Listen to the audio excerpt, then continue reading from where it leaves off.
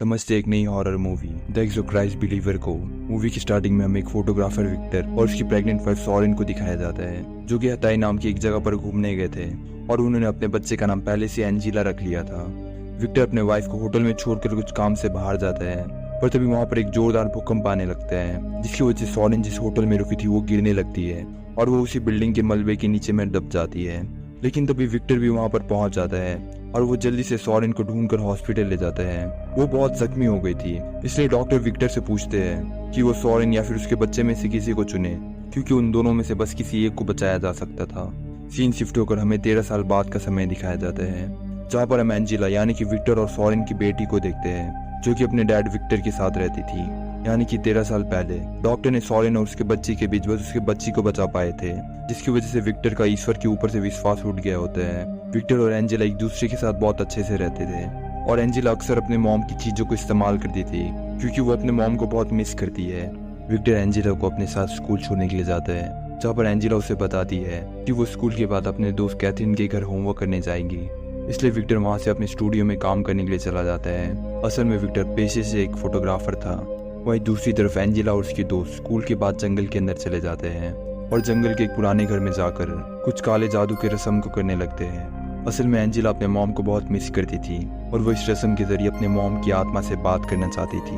वहीं दूसरी तरफ विक्टर अपने काम को निपटाकर स्टूडियो से घर आते हैं, पर वो घर आते ही बहुत परेशान हो जाते हैं, क्योंकि इतनी रात हो चुकी थी और एंजिला अभी तक अपने घर नहीं आई थी। साथ में उसका कॉल भी बंद आ रहा होता है, इसलिए विक्टर एंजिला की दोस्त कैथरीन के घर पर कॉल करते हैं, पर वो दोनों कैथरीन के घर पे भी नहीं होते, जिससे कैथरीन के मॉम डैड भी बहुत परेशान हो जाते हैं। और उन्हें एंजिला और कैथरीन के एक दोस्त से पता चलता है कि वो दोनों स्कूल के बाद एक साथ जंगल की तरफ जा रहे थे, इसलिए विक्टर और कैथरीन के मॉम डैड उन्हें ढूंढने के लिए जंगल में चले जाते हैं और वो उसी घर में पहुंच जाते हैं जहाँ पर दोनों बच्चियां काले जादू की रस्म कर रही थी, पर उन्हें वहाँ पर एंजिला और कैथरीन के सामान के अलावा और कुछ नहीं मिलता, इसलिए वो डरकर पुलिस में कंप्लेन कर देते हैं। विक्टर और कैथरीन के मॉम डैड बहुत परेशान हो गए होते हैं, क्योंकि अभी तक पुलिस को उनके बच्चियों के बारे में कुछ नहीं पता चला होता। कैथरीन और एंजिला को ढूंढने के लिए उनके पोस्टर्स भी लगा दिए जाते हैं और साथ में उनके लापता होने की न्यूज़ में भी खबर दिखाई जा रही होती है। दूसरे दिन जब विक्टर अपने घर जाता है तो वो देखता है कि उसका दोस्त दो तांत्रिक लेडी के साथ विक्टर के घर में है और वो कुछ जादू टोना कर रहे होते हैं, क्योंकि विक्टर के दोस्त के हिसाब से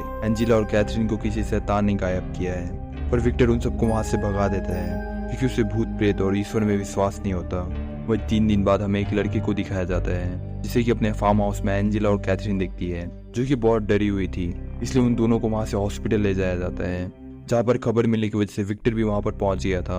और वो अपनी बेटी को वापस से देखकर बहुत खुश होते हैं। पर कैथरीन और एंजिला दोनों में से किसी को कुछ याद नहीं होता कि वो 3 दिनों से कहाँ पर गायब थे, और साथ में उनकी बॉडी में किसी जख्म का भी निशान नहीं होता। पर दोनों लड़कियां इस घटना के बाद बहुत अजीब व्यवहार कर रही होती है, इसलिए डॉक्टर्स को लग रहा था कि उनकी दिमागी संतुलन ठीक नहीं है, इसलिए विक्टर वापस से एंजिला को अपने घर ले जाता है। एंजिला विक्टर को बता देती है कि वो उसी जंगल के पुराने घर में गई थी ताकि वो अपनी मॉम की आत्मा से बात कर सके, लेकिन उस घर में पहुंचने के बाद उसने और कैथरीन ने क्या किया उन्हें कुछ याद नहीं होता। और तभी विक्टर के पीछे हमें एक साया दिखाया जाता है और शायद एंजिला इसी आत्मा के वश में थी, इसलिए एंजिला विक्टर को उसे अकेले छोड़ देने के लिए कहती है। एंजिला बहुत ही डरावने तरीके से व्यवहार करने लगी थी। दूसरे दिन जब विक्टर एंजिला को उठाने जाता है तो वो देखता है कि एंजिला ने अपने बेड पर टॉयलेट कर दिया है, इसलिए वो एंजिला को उठाकर वॉशरूम में ले जाता है। पर थोड़ी देर बाद वापस से वॉशरूम में जाने पर उसे एंजिला नहीं मिलती और साथ में पूरा पानी का टब खून से भरा हुआ था, जिससे डरकर विक्टर जल्दी से एंजिला को ढूंढने लगता है। पर तभी एंजिला पीछे से विक्टर के ऊपर हमला कर देती है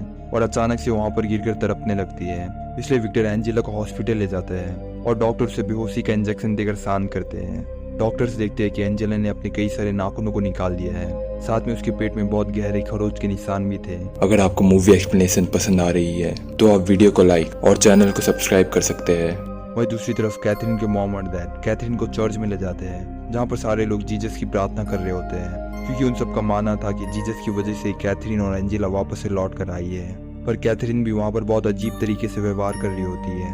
और जब कैथरीन के मॉम डैड प्रसाद लेके वापस से अपने सीट में आते हैं तो वो देखते हैं कि कैथरीन वहाँ पर नहीं है। पर तभी कैथरीन चर्च के गेट को खोलकर अंदर आती है, जिसका पूरा शरीर खून से भीगा हुआ था और वो बार बार किसी आदमी का खून मांग रही थी, जिसे देखकर वहाँ के सारे लोग डर जाते हैं। कैथरीन को भी देखकर लग रहा था कि वो भी किसी आत्मा के वश में है, इसलिए कैथरीन के मॉम डैड उसे भी हॉस्पिटल ले जाते हैं। सबको लग रहा होता है कि एंजिला और कैथरीन की दिमागी हालत खराब है, पर कैथरीन के मॉम और डैड को कहीं ना कहीं शक था कि वो दोनों किसी आत्मा के वश में हैं। लेकिन विक्टर उनकी बात पर विश्वास नहीं करता क्योंकि वो एक नास्तिक था।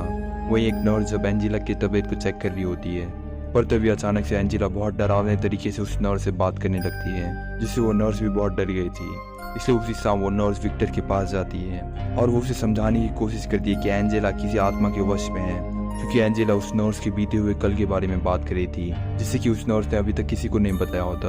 और वो विक्टर को एक किताब देती है जिससे कि एक महिला क्रिस ने लिखा था, और जैसा कि एंजेला के साथ हो रहा है वैसे ही सेम क्रिस की बेटी के साथ भी हुआ था, जिससे वो महिला जानती होगी कि किसी को इस शैतान से कैसे बचाया जाएगा। क्रिस की किताब को पढ़कर विक्टर को भी लग रहा था कि एंजेला किसी आत्मा के वश में है, इसलिए वो क्रिस से मिलने के लिए निकल जाता है ताकि वो अपनी बेटी एंजेला को उस आत्मा से बचा पाए। क्रिस विक्टर को बताती है कि उसकी बेटी उसे बहुत पहले छोड़ के चली गई थी, क्योंकि क्रिस ने बिना पूछे ही अपनी बेटी के बारे में एक बुक पब्लिश कर दिया और आज तक उसे नहीं पता चला होता कि उसकी बेटी कहाँ गई है। वहीं दूसरी तरफ वो नर्स भी एक फादर मैडॉक्स को लेने जाती है ताकि वो फादर एंजेला और मैथरीन की मदद कर पाए। दूसरी तरफ विक्टर क्रिस को अपने साथ हॉस्पिटल में ले जाते हैं जहाँ पर एंजेला को रखा गया था, और एंजेला को क्रिस की अतीत यानी कि उसकी बेटी के बारे में भी पता था कि कैसे उसकी बेटी ने उसे छोड़ दिया, जिसे सुनकर क्रिस को भी बहुत घबराहट होने लगती है। विक्टर और क्रिस दोनों वहाँ से कैथरीन के घर जाते हैं क्योंकि कैथरीन भी आत्मा के वश में और उसकी भी जान को खतरा होगा। पर जैसे ही क्रिस कैथरीन के रूम में जाती है, वो देखती है कैथरीन पूरी तरीके से शैतान के कब्जे में है और वो भी क्रिस से उसकी बेटी के बारे में बात करने लगती है।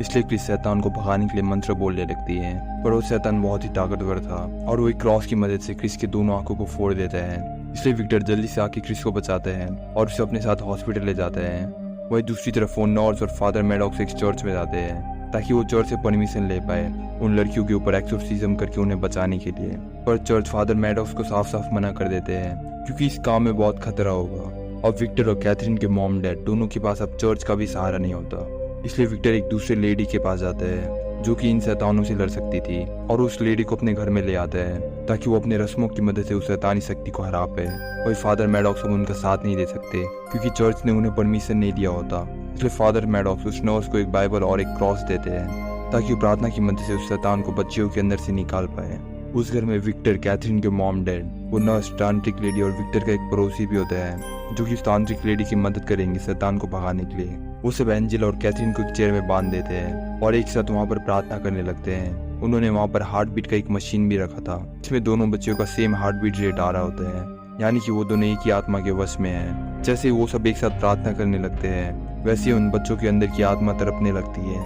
यानी कि वो आत्मा उन बच्चियों के शरीर से निकलने की कोशिश कर रही थी, पर वो आत्मा एंजेला की आवाज में विक्टर से बात करने लगती है ताकि विक्टर कमजोर होकर प्रार्थना रोक दे। वो शैतान विक्टर और कैथरीन के मॉम डैड को उन दोनों बच्चियों में से किसी एक को चुनने के लिए कहते हैं और वो आत्मा कहते हैं कि उन दोनों में से जिसे चुना जाएगा बस उसी की जान बच पाएगी। जिससे विक्टर और कैथरीन के मॉम डैड दोनों सोच में पड़ जाते हैं कि एंजेला और कैथरीन में से किसको बचाया जाए, क्योंकि दोनों अपने बच्चियों से बहुत प्यार करते थे। पर तभी फादर मैडॉक्स भी वहाँ पर आ जाते हैं ताकि वो उन बच्चियों को शैतान से बचा पाए, इसलिए वो उनके माथे में हाथ रखकर मंत्र को बोलने लगते हैं। लेकिन वो शैतान बहुत ही शक्तिशाली था और वो अपने शक्तियों से फादर मैडॉक्स के गले को पूरी तरीके से घुमा देता है, जिससे मौके पर ही उनकी मौत हो जाती है। और ये सब देखकर वहाँ पर सारे लोग भी डर जाते हैं और वह शैतान एंजेला और कैथरीन दोनों को नहीं छोड़ रहा होता, इसलिए विक्टर एंजेला को उसकी मॉम की याद दिलाने लगता है, जिसकी वजह से एंजेला उस आत्मा की चंगुल से मुक्त हो रही थी। पर कैथरीन अभी भी पूरी तरीके से उस आत्मा के वश में थी, जिससे कैथरीन के डैड बहुत डर जाते हैं और वो चिल्ला कर कहते हैं कि उन्होंने कैथरीन को चुन लिया,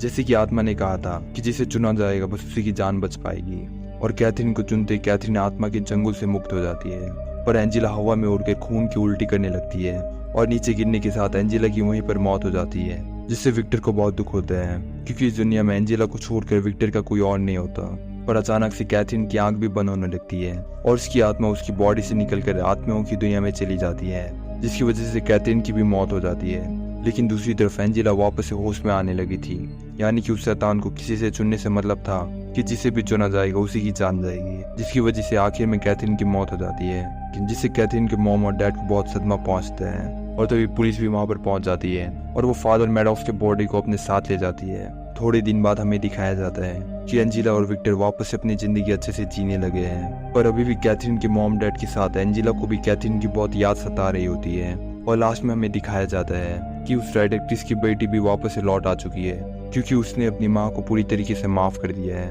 और इसी के साथ ये मूवी यहाँ खत्म हो जाती है।